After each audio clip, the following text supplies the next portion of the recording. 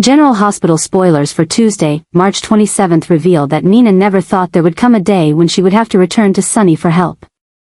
Especially after everything they went through, love, betrayal, heartbreak, and the long silence between two people who once meant the world to each other. But when everything around her begins to collapse ruthlessly and quickly, she knows she has no other choice. Drew is no longer the warm man who once trusted her. Now, he has become a cold, calculating destroyer, step by step, driving Nina into a position where she cannot resist. Every attack from Drew is deliberate, strategic, from hitting Crimson's advertising contracts, interfering with investments related to Aurora Media, to the subtle and malicious blows aimed at her reputation and social relationships in Port Charles. Drew isn't striking fast to destroy her immediately. He's slowly bringing Nina down, like a hunter patiently driving its prey toward the cliff. Nina once thought she could handle it, that she was strong, that she had the ability to protect what she had built. But the unanswered calls, the silent sponsors, the sudden articles circulating with leaked internal details, all make Nina realize she is being watched, manipulated, and slowly pushed into a bottomless pit. And most of all, she realizes that Drew doesn't just want to defeat her in her career, but to isolate her, strip her of all support, and rob her of any ability to fight back. In the depths of confusion and despair, Nina stands before Sonny's office door. She doesn't come as an ex-lover, nor as the woman who once hurt him. She comes as someone being pursued. Someone who knows she has only one door left, behind which is Sonny, the only person strong enough to stop Drew. When the door opens, Sonny's gaze meets Nina's broken look. Without a word, he understands what is happening. Sonny himself has felt the change in Drew's recent actions, a kind of ruthlessness that no longer belongs to the man he once knew. Nina doesn't ask for forgiveness. She doesn't beg for love. She just wants Sonny to protect her from a man she once trusted completely. She talks about the threatened contracts, the staff leaving, the forged evidence, all of it cutting into the self-respect of a woman who was once the media queen of Port Charles. She admits she was wrong to think Drew would be her support. She was wrong to believe that turning her back on Sonny would make things easier. And now, all she wants is to survive, to save Crimson, to preserve what little honor she has left. Sonny stays silent for a long time. He doesn't promise to help, nor does he refuse. He understands better than anyone that every time he intervenes, things will never be the same again. If he helps Nina, he'll have to face Drew, someone Michael once trusted, someone who had a loose but necessary connection to the family. Furthermore, Sonny knows that if Drew is taken down, the entire power balance in Port Charles will tip in another direction, one that may be more dangerous and unstable. What confuses Sonny the most is the unnamed emotion he still has for Nina, an affection that never truly disappeared, even though they've been apart. The hurt, anger, disappointment, they're all still there, but behind them is a protective instinct he can't extinguish. Because, despite all of Nina's mistakes, Sonny still sees a part of her that is genuine. Something she never tries to hide. She's never been a schemer, just a woman always looking for love and to be loved, even if sometimes in the wrong ways. Finally, Sonny speaks. Not making any clear commitments, but not letting Nina leave empty-handed. He will consider, investigate, and talk to a few people. For Sonny, that is already an implied promise, and Nina knows it. But both understand, from here on, every choice they make will enter a gray area, where there are no absolutes of right or wrong. Only purpose and consequence. And that's what makes things more dangerous than ever. Sonny, if he steps into this battle, will not do it halfway. And Nina, if protected, will not just stand still waiting for results. Both of them, once again, stand at the edge of a new storm, where the past, hatred, love, and loyalty are all intertwined. And this time, no one can predict where the consequences will fall, because Drew is no longer a predictable opponent. Every decision now isn't a choice between right and wrong, but between surviving and being swallowed whole. Michael returns to Port Charles, bringing with him a wave of unpredictable turmoil.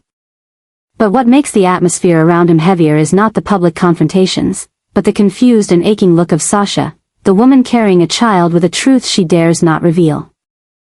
Michael's return doesn't just stir up old relationships, it also forces Sasha into the heart of an inner storm, where she is carrying an innocent life. And that child carries the blood of a man she is no longer sure she can call her anchor. Since finding out she was pregnant, Sasha has kept this secret as part of herself. She hasn't sought out Michael, hasn't contacted anyone in the Corinthos family, and hasn't left any clues about the true identity of the baby. But when Michael unexpectedly shows up during the nurses' ball, where truths that hadn't yet been spoken are exposed through glances, Sasha knows she has no more time to hide. She feels everything tightening around her. Drew, Nina, Carly, Willow, each of them is caught up in their own battles. And no one is willing to take on another bombshell if the truth about the baby is exposed the wrong way. Jason is the only one who notices the change in Sasha. He doesn't ask too many questions.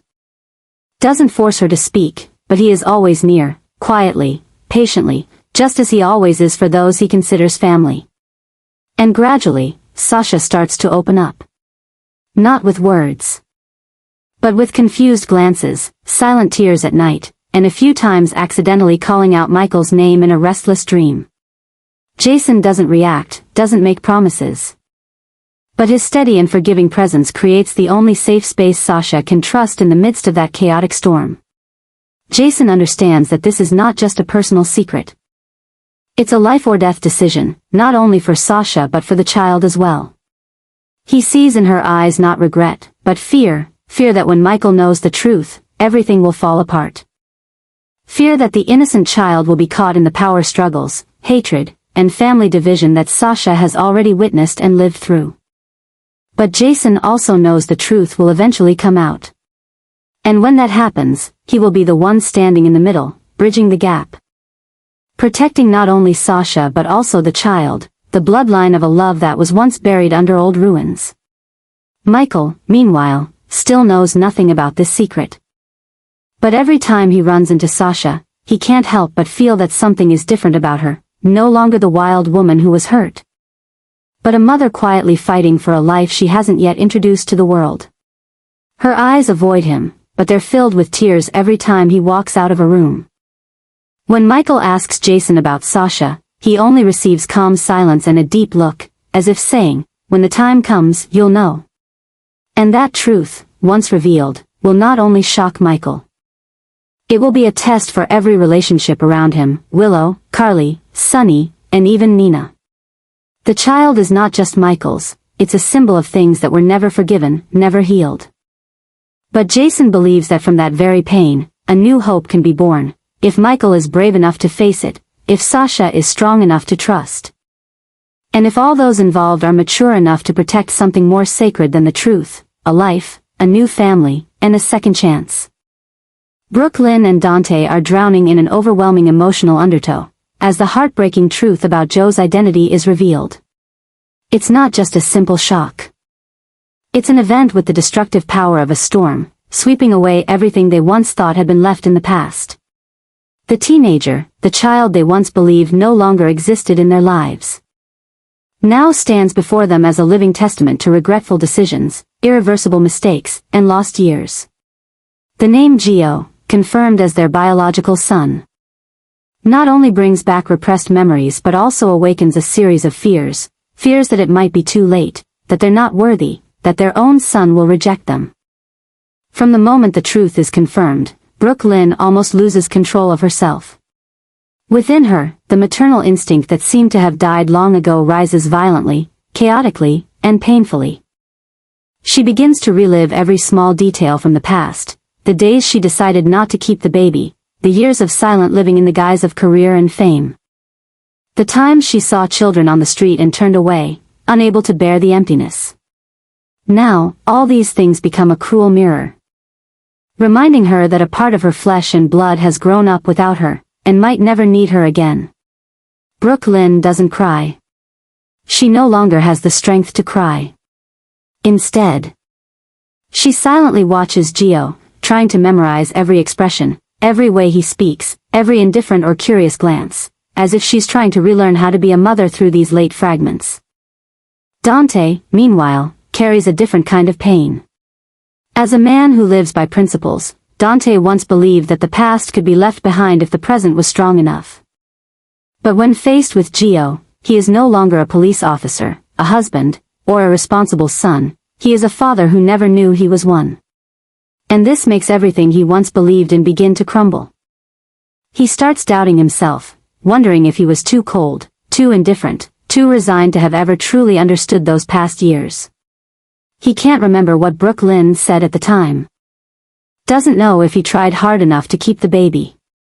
He remembers Morgan, the losses that drove him to the brink, and now, standing before a living son. His heart trembles in a way no words can describe.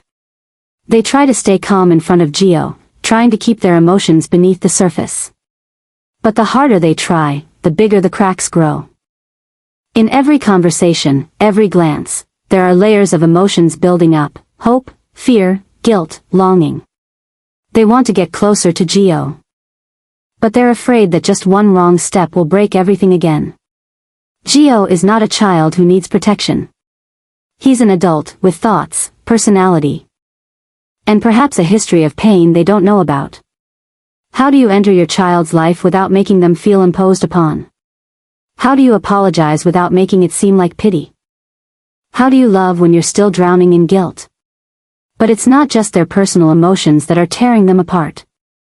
Joe's appearance in their lives has triggered a cascade of social, legal, familial, and power-related consequences. Sonny, head of the Corinthos family, is the first to realize that Joe's identity is not just a family issue, it's a strategic shift. This teenager could become the symbol for the next generation, a bridge between opposing forces, or the spark for a new war. Brooke Lynn and Dante, already emotionally exhausted, now have to deal with advice, warnings, and pressure from family, from Jason, from Olivia, from Valentine. Everyone has an opinion. Everyone has expectations. But no one truly understands just how tired they are. Every night, Brooke Lynn sits in the room where she once wrote music, now filled with images of Gio, from articles about him to photos she secretly saved in her phone. She doesn't know where to begin. Write a letter? Meet in person? Stay away? Stay silent? All could be wrong. All could make her lose her son again. Dante, on the other hand, spends more time in his car than at home. He drives aimlessly through familiar streets, as though trying to rediscover memories. Searching for a version of himself he once lost somewhere in the moments he refused to face his true emotions. They are both obsessed. Not with Gio, but with the feeling that they are the reason Gio might never feel like he belongs. And that, for any parent, is the worst nightmare. Port Charles has never witnessed such a deep emotional crisis, not loud, not violent, but an unrelenting inner struggle. A battle between people who love each other but don't know where to begin. A truth too big, too slow, and too painful to touch. And even though time may heal all wounds, the question remains, will Gio forgive them? Will their late love be enough to fill the voids that nothing can repair? And if not, will Brooke Lynn and Dante have the strength to face another loss, this time permanent? While their hearts are still learning how to beat again for a child they never had the chance to call their own? Cody is drifting in a whirlpool of regret, where past decisions return like thorns constantly stabbing at his innermost being, deeper with each day, more painful with each time. Since his relationship with Molly shattered beyond repair, he feels like he's losing everything that could be called meaningful, not just a friend, an ally, or even an intimate connection, but a part of the person Cody had tried to become. The days when Cody and Molly explored, shared, and understood each other through every small moment have now become distant, cold memories. The more he thinks of the things that could have been salvaged, the more he is tortured by the truth that he let that chance slip away, foolishly and weakly. Molly, with her determined gaze and repeatedly wounded heart, is no longer easily swayed by apologies or clumsy attempts. She has crossed the threshold of endurance. And even though there are still traces of emotion for Cody inside her, she refuses to turn back. The silence between them, once a peaceful space during long nights, has now become an invisible wall no one has the courage to tear down.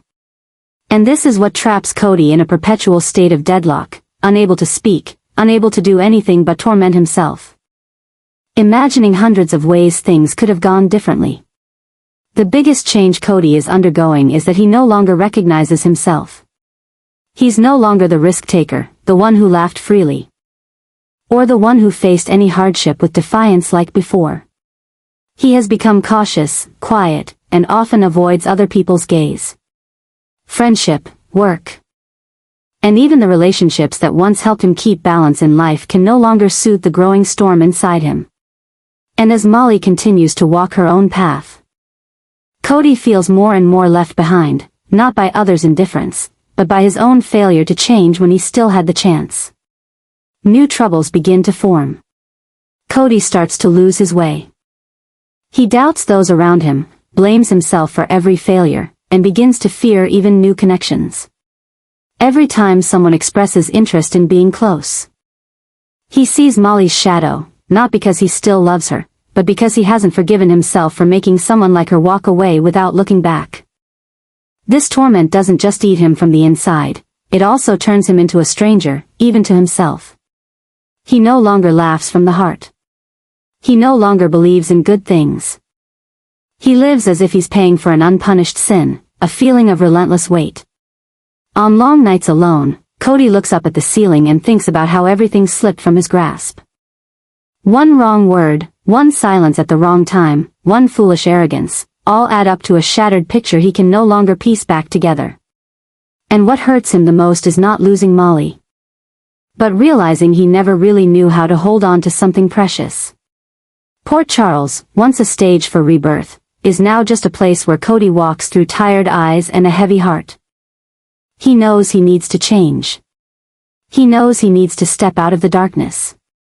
But before he can do that, he needs to learn to forgive himself, something he's never learned, and never believed he deserved. And so, Cody continues to live, not in hope, but in a quiet sadness, where the memories of Molly are not just things of the past, but the deepest cut he carries, a living proof that some things, once lost, can never be reclaimed, no matter how much you regret. Lois is going through the most brutal days of her life as the truth is revealed, the truth she has tried to hide for many years, not out of selfishness, but because of a misguided belief that she was doing what was best for her child. But the truth, no matter how deeply buried, always finds its way to the surface. And when Joe's identity is confirmed as Dante and Brooklyn's son, every protective wall Lois had built over half a lifetime began to crumble one layer at a time. All that remains is a woman standing precariously between the anger of her family, the disappointment of her friends, and the suffocating obsession that the child she loves most may never forgive her. Sonny, Ned, and Olivia, three people deeply connected to Lois' life, have become unavoidable confrontational forces. Sonny, who represents the unshakable power and family values, is the first to publicly question her. In his eyes, hiding the identity of a child from the Corinthos bloodline is not just an act of betrayal but an offense to the values he has always tried to uphold in a chaotic world. He doesn't care about how much pain Lois endured or how afraid she was when faced with the decision to keep the child or reveal the secret. To Sonny, truth is absolute, and anyone who tries to distort it must face the consequences. Ned, however, is different. His anger is smoldering, not explosive like Sonny's, but sharper than any scolding. As Brooklyn's father, he cannot forgive the fact that his daughter lived all these years without knowing that she had once been a mother, that the child she thought was lost forever is alive, present, and growing up in a world with none of her influence. Ned doesn't question with a loud voice, he questions with his gaze, a look full of disappointment. As though every word from him is a verdict that Lois must read in silence. That disappointment makes Lois feel smaller than ever, not because she is hated, but because she understands that she has caused the person who once loved and respected her the most to no longer recognize her. Olivia, in her own way, feels the pain of a mother. With her sensitive heart and deep compassion, Olivia cannot help but feel a profound loss. She had once seen Gio as a close relative, had believed she understood him, that she could help him. Guide him, pass on the motherly wisdom she had given to Dante. But now, discovering that Joe's entire life was a setup, a part of a plan Lois quietly executed behind everyone's back. Olivia cannot hide her sense of betrayal. She's not angry for being deceived, but for not having had the chance to protect Brooke Lynn from the pain of being separated from her child. For not having the opportunity to help Gio face the truth at the right time. And for someone like Olivia, who lives by intuition. Nothing is more painful than realizing that she had been in the wrong position in this whole story. Before the questioning eyes, Lois no longer defends herself. She doesn't justify, retaliate, or offer any excuses. All she has is heavy silence, and her cold hands tightly clasped together, as though to keep herself from breaking down. She remembers the early days when she found out she was pregnant, when she stood between the choice to keep the child or let him grow up in another environment, one without family feuds, without expectations, and without the pressure of identity. She once thought she was doing the right thing, that keeping Gio away from the Quartermain family's fame, from the shadow of the Corinthos legacy, and from the conflicts and battles that adults always pull children into was the best way to protect a tiny life. But she was wrong. And that mistake not only ruined her but also caused Gio to grow up without a father, without a mother, without any memories that truly belonged to him. Now, the troubles are coming at her like crashing waves. The media has begun to sniff out the story. Bloggers and journalists who have followed scandals in the world of high society and politics are now targeting Lois as a golden prize. The relationships she had built, in entertainment, fashion, and media, begin to cool. Not because they can't forgive, but because they fear being dragged into a scandal too complicated, too deep, and too capable of shaking their public image. The interview invitations vanish. The work calls go silent. The doors that once opened for her now slam shut. And through all this, Lois does not feel anger or injustice.